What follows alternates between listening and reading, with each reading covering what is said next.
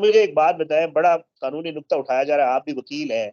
Minor का मामला है, कराची में जो केस चल रहा है, वो कहते हैं बच्ची माइनर है, उसके वालिद का भी ये पॉइंट ऑफ व्यू है, और वो कहते हैं कि जी 14 साल की है, उनके पास प्रूफ्स है, सब कुछ है। उनके पास तो नादरा का वो भी है, बेफॉर्म भी है, उनके पास उसका पासपोर्ट भी है, उनके पास सारी चीजें हैं। आप इस चीज को छोड़ दे कि आप जहीर और दुआ के वकील हैं, एक तो वकील होते हुए मुझे ये बताएं कि क्या ये माइनर मैरिज केस में आता है ये वाला मामला? अगर इसको एज पर लॉ, जो लॉ ऑफ द लैंड है, अगर देखा जाए, जो एक रिस्ट्रिक्शंस और लगा दी गई हैं, क्योंकि निकाह अगर आप इसको सिंध में लेके जाएंगे तो सिंध में तो चाइल्ड मैरिज रिस्ट्रेन एक्ट के तहत 18 ईयर्स है, बोथ की, कि ठीक है, मेल और फीमेल की। अगर आप ठीक है, पंजाब में लेके आ जाएं तो पंजाब, क्योंकि ये निकाह पंजाब में हुआ है, पंजाब की ठीक जो है, रिस्ट्रिक्शन बनती है, पंजाब का कानून ही लागू होगा। और ठीक इस है, पंजाब के में 16 ईयर्स एज है ठीक है, बच्ची की, फीमेल की 16 ईयर्स है, और मेल की 18 ईयर्स है। ठीक है, और इन चीजों को भी सामने रख लिया जाए, और यहाँ पे हमें बहुत सारे प्रेसिडेंट्स और ऑनरेबल सुप्रीम कोर्ट के और हाई कोर्ट की जजमेंट्स मिलती हैं। मैंने रिसेंटली अभी ये जजमेंट है कराची हाई कोर्ट की भी है, जिसमें हिंदू लड़की का मामला था।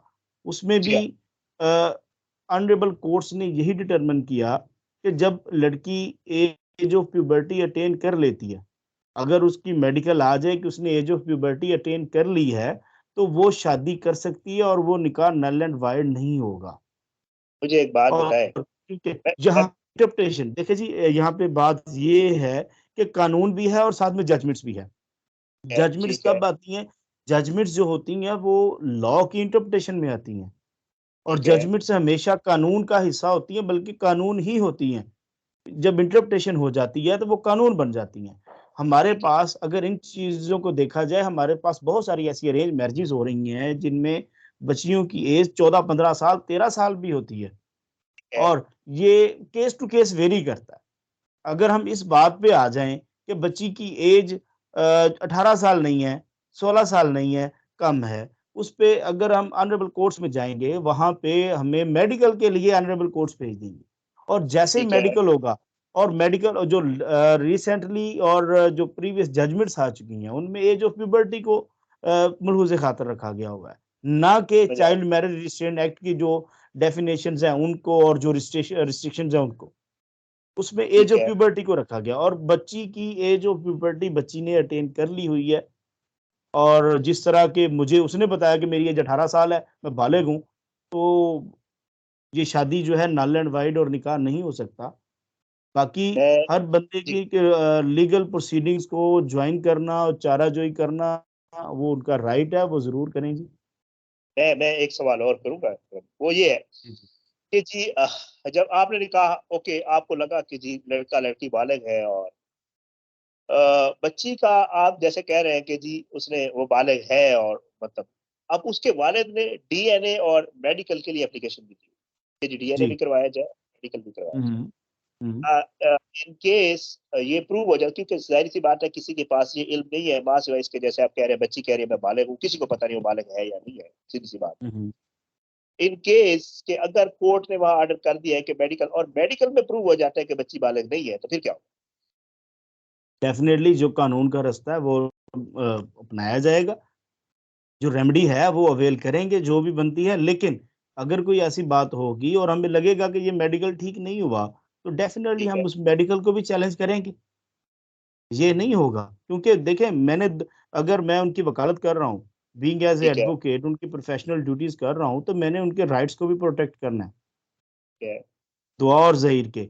अगर ठीक है, यहाँ पे बात ये आ जाए कि उसके मेडिकल में भी, ये तो प्रिजम्पशन की बात है ना, जैसे कि आपको क्वेश्चन है कि अगर आ जाए तो, जी जो बिल्कुल, कि मुझे लगता है कि ऐसा है नहीं, क्योंकि है, लड़की ने खुद बताया कि मैं बालिग हूँ, वो समझदार ठीक है, है, रैशनल क्वेश्चन के आंसर्स उसने किए हैं बिफोर मजिस्ट्रेट साहब किए, और बारहा उसने, ये नहीं है कि एक जगह, मजिस्ट्रेट ठीक है, साहब के सामने पहले उसने प्राइवेट कंप्लेंट में बयान दिया, फिर उसने हैरेसमेंट में बयान दिया ऑनरेबल सेशन जज साहब के सामने, उसके बाद फिर लैंड मजिस्ट्रेट साहब के सामने उसने दारुल अमान की जो एप्लीकेशन थी पंजाब पुलिस की, उसमें भी कहा कि मैं, मेरी एज 18 साल है और मैं अकिल बालिग हूँ, समझदार हूँ, मैं अपने ठीक, अच्छे बुरे की समझ रखती हूँ। फिर उसके बाद 164 की स्टेटमेंट में जब आईओ साहब सिंध से सईद अहमद साहब तशरीफ लाए लाहौर में, सेम डे पे, उसी दिन उनके सामने भी उसने वही बयान दिया। और जज साहब ने एक दफा नहीं 3-4 दफा बारहा अलहदा अलहदा करके उसको पूछा कि बेटा ये जो कह रही हो आप क्या गलत तो नहीं कह रही, क्या मसला है, मैं आपकी सारी सुलह करवा देता हूँ। उन्होंने कहा जी कि मैंने अपने वालिदैन के पास जाना ही नहीं है, ठीक मैंने है, अपने खामद खामद के पास रहना है, ज़हीर के पास, मैं इसके पास आई हूँ, मेरी शादी हो गई है और मैं अकल बालिग हूँ, 18 साल मेरी एज है, मैंने अपनी मर्ज़ी से शादी की है, मुझे किसी ने अगवा नहीं किया। और यहाँ पे जो इन्वेस्टिगेशन ऑफिसर थे सईद अहमद, उन्होंने बाकायदा मुझसे भी कहा, उन्होंने कहा जी सर आपसे रिक्वेस्ट है, मैंने कहा जी बिस्मिल्लाह करें, आप साइड पे होके इससे अकेले में पूछ लें, मुझे कोई एतराज़ नहीं है। उन्होंने ठीक अकेले में होके पूछा और उनका बाकायदा वीडियो बयान रिकॉर्ड किया ठीक है, दुआ का, और लिखा भी साथ। और ठीक है। लिख के लेके गए हैं कि बच्ची तो बारहा कह रही है कि मैं बालिग हूँ, बच्ची ने ही बताना है या मेडिकल ने बताना है, दो ये तो चीजें मेडिकल, देखिए। बिल्कुल या तो ऐसे ही। मेडिकल इसको करेगा, बताएगा कि बच्ची बालिग ठीक है, है या नहीं है, या बच्ची खुद ठीक है, बताएगी। ठीक है, दो चीजें हैं जी। ऐसी कोई चीज ना आपके पास है ना मेरे पास है जिसको हम कर बिल्कुल, सकते हैं। वो उसका जो सबसे बेहतरीन हल होता है वो मेडिकल होता है। अगर कि बिल्कुल ऐसे। आपको किसी की बात पे यकीन नहीं है तो मेडिकल हो जाएगा। हम सब, मैं उसके वालिद मेडिकल के लिए, डीएनए के लिए कर रहे हैं। मैं एक सवाल और करूंगा सर। फीस तो मैं आपसे नहीं पूछूंगा, आपकी फीस कितनी है, अच्छी होगी, जारी बात है, आप बेहतर वकील आप हैं। और मुझे ये बताया आपको फीस किसने दी है सर, ये इस केस की? फ्री लड़ रहे हैं, फीस ले रहे हैं? मैंने फीस ली है। किसने दी? डेफिनेटली जो जिसने रेंट पे किया फीस भी वही पे करेगा। सर आपको जहीर को देख के लगता है या उसके खानदान के मामलात को देख के कि वो आपकी फीस और 22,000 रेंट पे कर सकता जी वो कर सकता है, उसने मुझे बताया, और उसका है भी, वो फ्रीलांसिंग का काम करता है और है? अच्छा, तकरीबन 70 to 80,000 वो पर मंथ कमा भी लेता है। और अच्छा। अदरवाइज भी उसका जो भाई है, फैमिली है, वेल सेटल्ड है, अच्छी फैमिली है, मेरे पे ख्याल कर से मुझे जो सकते हैं। पता है, उसकी वालदा क्लास 4 की मुलाजमा है और पंजाब यूनिवर्सिटी में कहीं रहती है। जी उसकी वालदा उसके वालिद साहब की जगह पे मुलाजमा, उन्होंने मुलाजमत दी हुई है उनको। ठीक है, उनके वालिद साहब कंट्रोलर। पंजाब यूनिवर्सिटी में मुलाजिम थे, तो बिल्कुल ऐसे। वो उनकी डेथ हो गई ड्यूरिंग सर्विस, तो उनको मुलाजमत दी है। उनका उसका भाई भी जो बड़ा बड़ा भाई है शबीर, वो भी पंजाब यूनिवर्सिटी में मुलाजिम है। और पंजाब ठीक है। यूनिवर्सिटी की सैलरी कोई कम नहीं है, हैंडसम सैलरी है, क्योंकि ऑटोनमस अच्छा, बॉडी है। मुझे तो ये पता चल रहा है कि इनकी बाकी फैमिली भी यही काम करते हैं, किसी के पास ड्राइवर है या छोटे मोटे जो काम है वही करते हैं, उसके अलावा तो कोई इतनी बड़ी इनकी इनकम या फैमिली बैकग्राउंड इतना स्ट्रांग नहीं है कि छोटे मोटे काम करते हैं इनके जो बाकी फैमिली के नहीं, लोग हवेली। अगर जहीर का चचा जो है वो, अगर उसने कोई नहीं उसकी ज्यादा पढ़ाई लिखाई थी तो वो ड्राइवर है वहाँ पे किसी के साथ, लेकिन उसका जहीर के साथ ताल्लुक नहीं है। वो अरसा दराज से लाहौर में शिफ्ट हो चुके हुए हैं, ठीक है, यहाँ पे रहते हैं, यहाँ पे उनका अपनी प्रॉपर्टी भी है। ठीक है। नहीं, प्रॉपर्टी मतलब किस किस्म की? प्लॉट्स वगैरह एग्रीकल्चर? प्रॉपर्टी होती नहीं, एग्रीकल्चर लैंड उनकी है, लेकिन उनके दादा हयात है उनके, वो वहाँ पे खुद काश कर रहे हैं। लेकिन ठीक है। यहाँ पे लाहौर में भी अपने उनके प्लॉट्स वगैरह ये सारा कुछ है। अच्छा, मतलब दे आर वेल सेट, क्योंकि जितनी मैंने खबरें, जितनी मुझे पता चला है उसमें यही है कि उनकी कोई माली हालत इतनी अच्छी नहीं है, जो मुझे पता चला। दोनों बताइए, अब आप जो नहीं कह नहीं, रहे हैं ऐसी कोई गलत बात बात। नहीं, ऐसी कोई बात नहीं है, वो अच्छी वेल सेटल्ड फैमिली है। ठीक है, और आपको फीस भी जहीर ने खुद पे की? तो डेफिनेटली उसने ही पे करनी थी। ठीक है। दुआ तो बहरहाल उन्होंने पे कर सकती, दुआ कहाँ से, कराची से चल के आई है, वो घर से आई है, तो दुआ तो उन्हें फीस पे कर सकती। और वैसे जाहिर भी है। लड़के वाले ही बहरहाल पे करते हैं ये सारे मामला।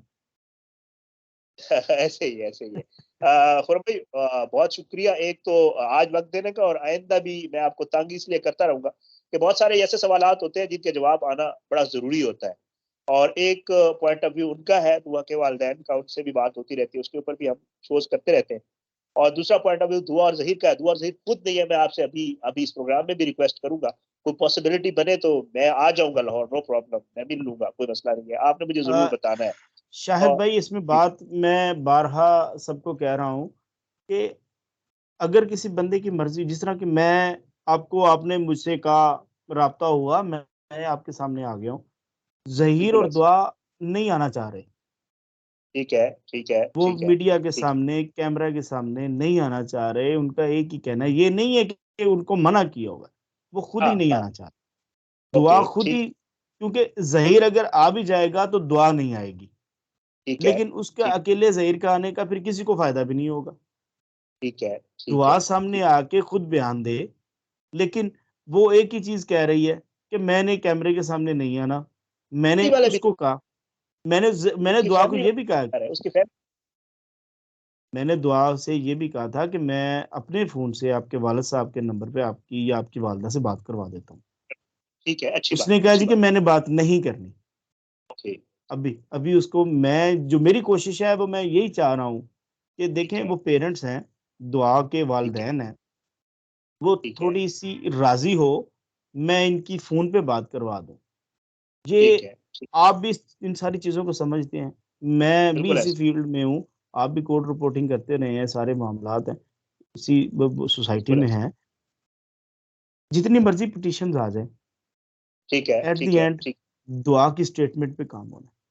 बिल्कुल ऐसा, बिल्कुल ऐसा, बिल्कुल ऐसा। ये रिसेंटली 2021 में जो केस हुआ है हिंदू लड़की का, उसकी जी हाँ, एज भी 14-15 साल ही डिटरमिन हुई थी मेडिकल में, उसने भी सही, एज ऑफ प्यूबर्टी अटेन कर ली थी, लेकिन उसकी ठीक है, स्टेटमेंट ये आई थी सिंध हाई कोर्ट में कराची में कि मैं अपनी वालदा के साथ जाना चाह रही हूँ। तो ओके, हाई कोर्ट ने उसको उसकी वालदा के साथ भेज दिया था। अगर वो जाए, स्टेटमेंट दे देती कि मैं अपने खामद के साथ जाना चाह रही हूँ तो उसके साथ भेज देना था। बस, बिल्कुल ऐसा। और ऐसे ही होता है इस तरह के जितने भी केसेस हैं कि जो सुई जुरिस है उसका बयान ही कॉम्पिटेंट होता है, उसके बयान के मुताबिक ही उसको भेज दिया जाता है। नहीं, मेरी यही रिक्वेस्ट होगी कि इस मामले में किसी गैंग का कोई ताल्लुक नहीं है, किसी ओके, ह्यूमन ट्रैफिकिंग का कोई ताल्लुक नहीं है, इसमें किसी किस्म की कोई ऐसी चीज शामिल नहीं है, ना ही किसी किस्म का कोई ताल्लुक है। अगर आप इस मामले को बतौर फैमिली बैठ के सेटलमेंट करना चाहें तो ओके, लाहौर एक बहुत महफूज शहर है, इसमें उनको कोई किसी किस्म का खतरा नहीं है, ना ही ये गैंग है, ना किसी गैंग के साथ ताल्लुक है, और ना ठीक है, ही ये किसी को नुकसान पहुंचा सकते हैं। अगर नुकसान पहुंचा, ये लाहौर से छोड़ के अपने भाई घर ही जाते, हाँ, जैसे ही ठीक गैंग है, होता तो। सोचने समझने की बात है। पुलिस के सामने लड़का लड़की आए हैं, पुलिस का बयान पे सामने बयान हुआ है, इतनी टीम तश्कील दी गई है, यहाँ पे पंजाब के आईजी साहब ने, डीआईजी साहब ने तश्कील दी है एक टीम, जो सारे मामले को पीछे से आके लड़के लड़की को लेके आए हैं, दुआ और जहीर को। अगर इसके पीछे गैंग होता तो ये कब का डिक्लेयर हो जाता और कब का गैंग पकड़ा जाता। ठीक इस है, चीज को थोड़ा सा सोचना पड़ेगा। ये मामला खुद ही अपना उछाल रहे हैं, ठीक है, बार बार इसको मीडिया पे आके। देखिए इज्जतें सबकी होती हैं, चीज ये होती है कि जो एक काम हो गया ना स्टेप, इसको खुश असलूबी से भी हल किया जा सकता है, और आराम ये होने वाला भी खुश असलूबी से और बैठ के होने वाला है। इस तरह की ठीक है। लिटिगेशन से नहीं ये हल होने वाला। तो भाई बहुत शुक्रिया, आपने वक्त निकाला, और आइंदा भी कोशिश करूंगा जब जब इस मामले के ऊपर बात होगी तो आपने वक्त जरूर देना है। मैं बहुत शुक्रगुजार हूँ, आपने वक्त निकाला। जी बहुत सारे ऐसे शुक्रिया जी। सवाल जो लोग कर रहे थे और मेरा भी आपसे करना बनता था। बहरहाल इंशाल्लाह फिर आपसे मुलाकात होगी। बहुत शुक्रिया। अल्लाह हाफिज। जी थैंक यू, अल्लाह हाफ़िज़।